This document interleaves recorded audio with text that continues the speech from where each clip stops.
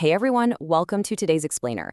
We're jumping straight into a fascinating hidden world today, one that's quite literally hiding right under our noses. We are looking at this really incredible phenomenon happening in major cities all over the globe.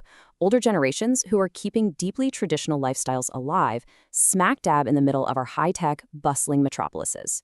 It's an absolute masterclass in contrasts, and honestly, the psychological insights we can pull from their daily routines are just profound.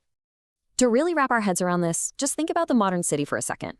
It's a loud, neon-lit maze, right? A place of hyperspeed change where everyone is desperately rushing to the next trend, the next meeting, the next big thing, constantly connected, constantly moving, and probably running 5 minutes late.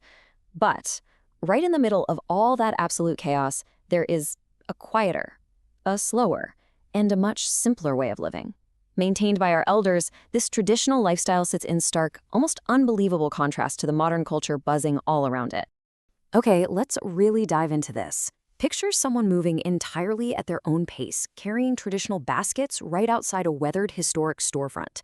They aren't stressing about keeping up with the latest fashion drops or the newest tech gadgets. They are, quite literally, a living, breathing reminder of the city's past, just existing peacefully within that modern-built environment. Today, we're going to walk through a literal day in the life of these traditional urban dwellers to see exactly how they pull off this incredible contrast and how these routines actually act as a psychological buffer against the modern burnout we all feel. Savoring the simple sip. Let's start with the very first choices made in the morning.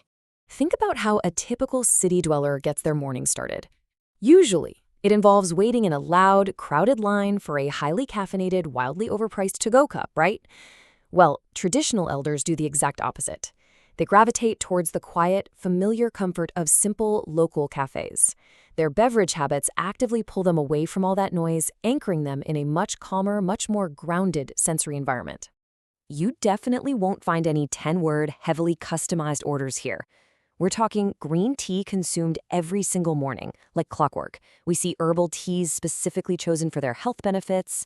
When they do head out, it's just for a simple black coffee at a small neighborhood spot. And hey, for special occasions, maybe some homemade rice wine. The key takeaway here is that these aren't just random beverage choices. These are deliberate, deeply ingrained habits centered entirely around routine, intentionality, and personal well-being. And this brilliantly illustrates a core philosophy of theirs.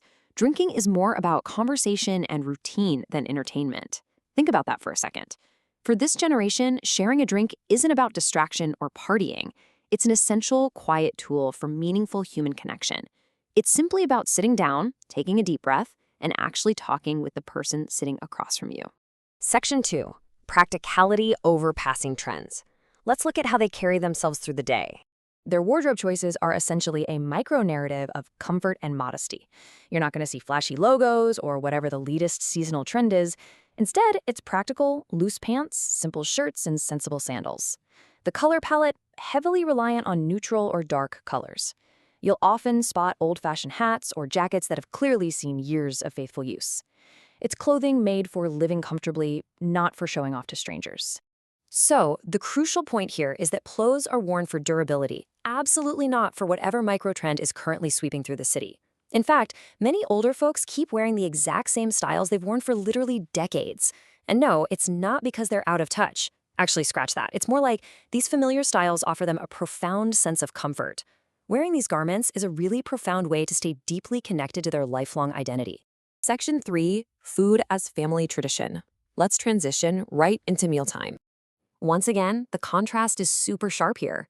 For the modern urbanite, meals are all about fleeting convenience, grabbing fast food on the go, or maybe waiting 2 hours for a table at the newest trendy spot. But for the older generation, keeping to tradition, those things just aren't a priority. Their focus is completely grounded in the intentional act of preparing home-cooked meals, almost always using fresh ingredients carefully sourced right from local neighborhood markets. The meals themselves are wonderfully straightforward. We're talking simple dishes featuring fresh vegetables, fish, a warm soup, and rice. But honestly, just as important as what they eat is how they eat. They prioritize eating at regular, predictable times every single day. By doing this, and by treating meals primarily as a social activity for the family to gather, they completely transform the basic biological need for food into an enduring daily family tradition. Section 4. The Quiet Urban Night. Let's see how they wind down the day. Now, what's really interesting about this is how it completely flips our standard definition of nightlife on its head. When we say nightlife today, our brains immediately jump to loud clubs, packed bars, and thumping bass. But for traditional elders, the definition of nightlife is entirely different. It's a dedicated time for community, for peace, and for continuing those quiet routines we've been talking about. Instead of blaring entertainment, their evening activities possess this incredible sensory peacefulness. It might just be a calm walk around the neighborhood, or sitting in a local park, just chatting with friends as the evening cools down. They might watch a little television at home or head back down to that local cafe to play some chess or cards. And then, this is the real kicker, the night ends with going to bed early. That way, they wake up rested and ready to start that stable routine all over again. Section 5. Living Reminders of the Past. There is a really profound realization to be made here. As the quote says, these habits show resistance to the fast pace of modern city life. These aren't just quaint little accidents from folks who forgot to update their smartphones. No way. This is a quiet, deliberate, and fiercely powerful resistance to a modern world that is completely obsessed with technology, speed, and rapid change. By choosing a slower path, they are actively pushing back against the modern chaos. Let's see how this all builds up, because all of these daily choices stack up into a broader framework of core values. Step 1, seeking stability in an unpredictable world. Step 2, choosing genuine human connection over digital noise. Step 3, favoring simplicity instead of endless overconsumption. Step 4, grounding the day in routine. And finally, Step 5, preserving cultural memory.